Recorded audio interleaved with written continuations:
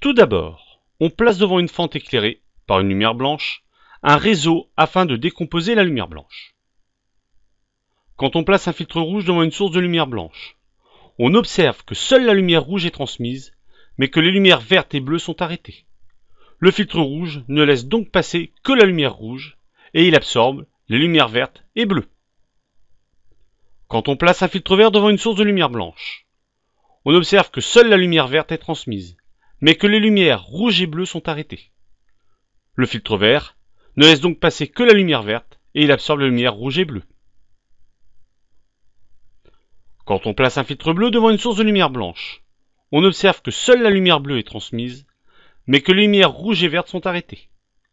Le filtre bleu ne laisse donc passer que la lumière bleue et il absorbe les lumières rouges et vertes. Quand on place un filtre cyan devant une source de lumière blanche, on constate que le filtre cyan ne laisse passer que les lumières vertes et bleues et qu'il absorbe la lumière rouge. Quand on place un filtre magenta devant une source de lumière blanche, on constate que le filtre magenta ne laisse passer que les lumières rouges et bleues et qu'il absorbe la lumière verte. Enfin, quand on place un filtre jaune devant une source de lumière blanche, on constate que le filtre jaune ne laisse passer que les lumières rouges et vertes et qu'il absorbe la lumière bleue.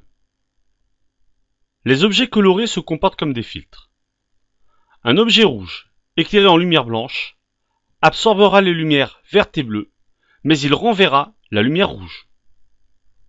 Le principe de la synthèse soustractive est notamment utilisé en imprimerie et en peinture. Par exemple, on obtient du vert quand on mélange une peinture jaune avec une peinture cyan.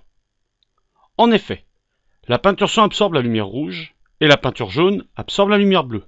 Donc, si on mélange ces deux couleurs, seule la lumière verte sera renvoyée.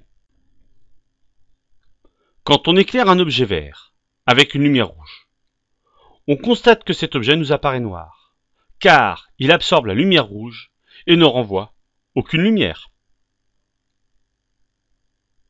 Enfin, répondre aux différentes questions du QCM.